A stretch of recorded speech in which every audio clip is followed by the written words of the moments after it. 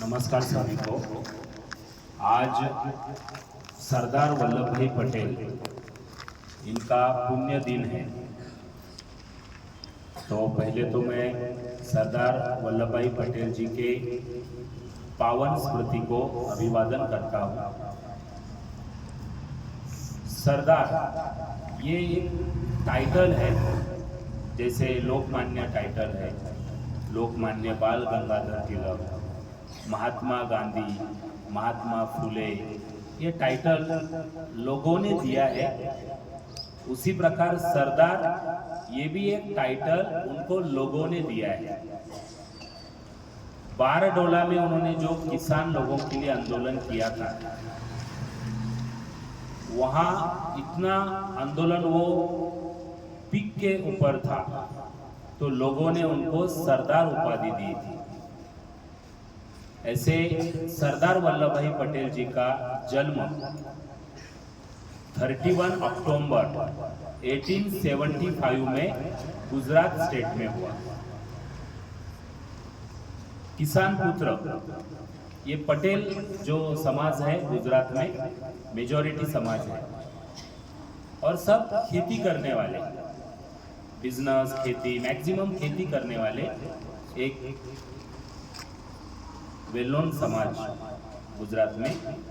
उसी किसान परिवार में उनका जन्म हुआ। उन्होंने ब्रिटेन में जाके एडवोकेट, वकील बने और अहमदाबाद में उन्होंने प्रैक्टिस शुरू की, वकीली की प्रैक्टिस।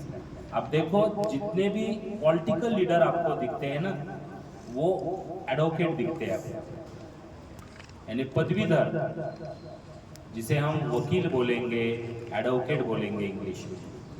वो डॉक्टर बाबा साहेब अम्बेडकर, महात्मा गांधी हो या सरदार वल्लभ भाई पटेल। तो उनका पहला आंदोलन महात्मा गांधी के विचारों से वो प्रभावित हुए थे, और पहला उन्होंने आंदोलन किया था 1918 में खेड़ा का। उनका बहुत फेमस आंदोलन है, जो इंग्लिश गवर्नमेंट टैक्स लेता था, यानी उपजत जमीन वगैरह में हम कष्ट करना, हमारे लोग कष्ट करना और उसके ऊपर टैक्स लेना। तो इसके अगेंस्ट एक बड़ा आंदोलन उन्होंने किया था, और उसी से उनका जो देश के प्रति उनका समर्पण है वो देखने को हमें मिलता है।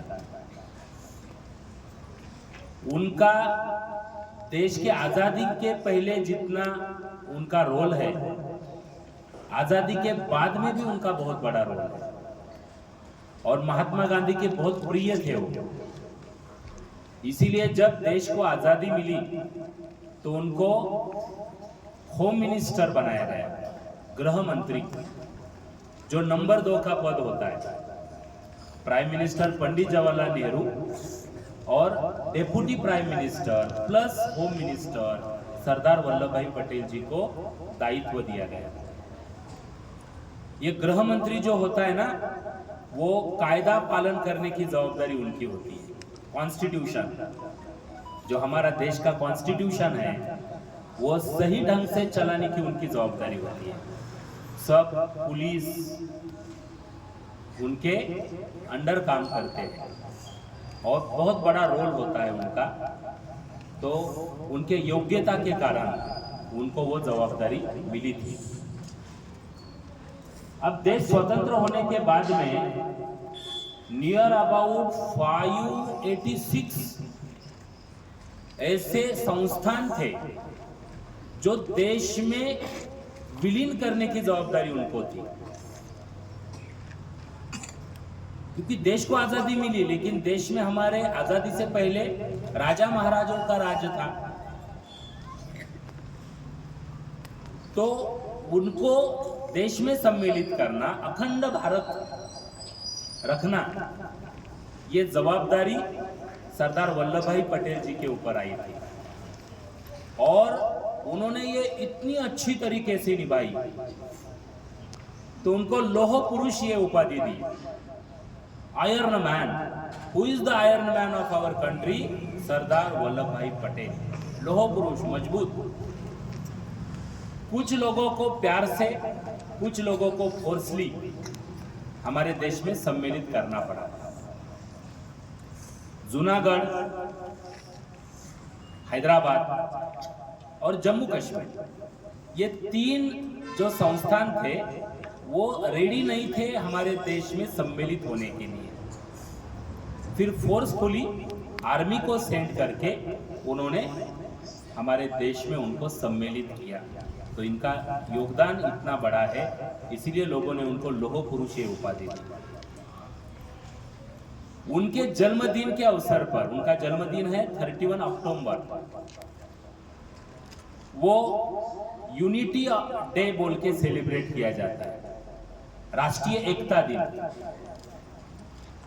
और उनका भव्य स्टैचू आपको नर्मदा नदी के सरदार सरोवर के सामने मिलेगा। देश में सबसे बड़ा उनका स्टैचू है, 182 मीटर। स्टैचू ऑफ लिबर्टी है 92 अमेरिका में, और उनका स्टैचू है हमारे देश में 182 मीटर। तो देश में सबसे बड़ा स्टैचू उनका है। ऐसे महान पुरुष की आज पुण्य तिथि है, तो उनको, उनके कार्य को हमें याद करना चाहिए कि उन्होंने देश की आज़ादी के बाद अखंड भारत को एकत्रित रखने का उनका जो काम उन्होंने किया है, तो उसके लिए हम सदैव उनके ऋणी रहेंगे। धन्यवाद। जय हिंद, जय भारत। सरदार वल्लभ भाई